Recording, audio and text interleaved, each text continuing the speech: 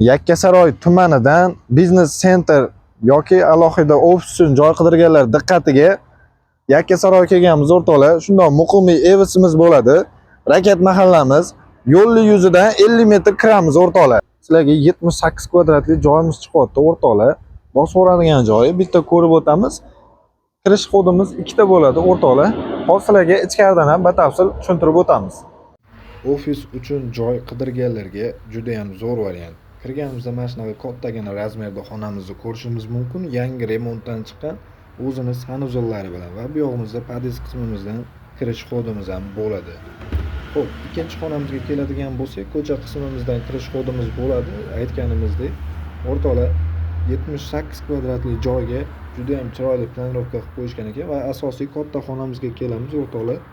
Remontlariga necha? Menimcha ofis uchun bundan-da zo'r variant bo'lmasa kerak.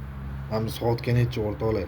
Bu xonamiz balkonga ulangan bo'ladi. Balkonimizda kuxnyamizni joylashtirib qo'yishgan o'rtoqlar. Xo'p, narxi keladigan bo'lsa, egalari startoviy $158,000 narxi aytishyapti.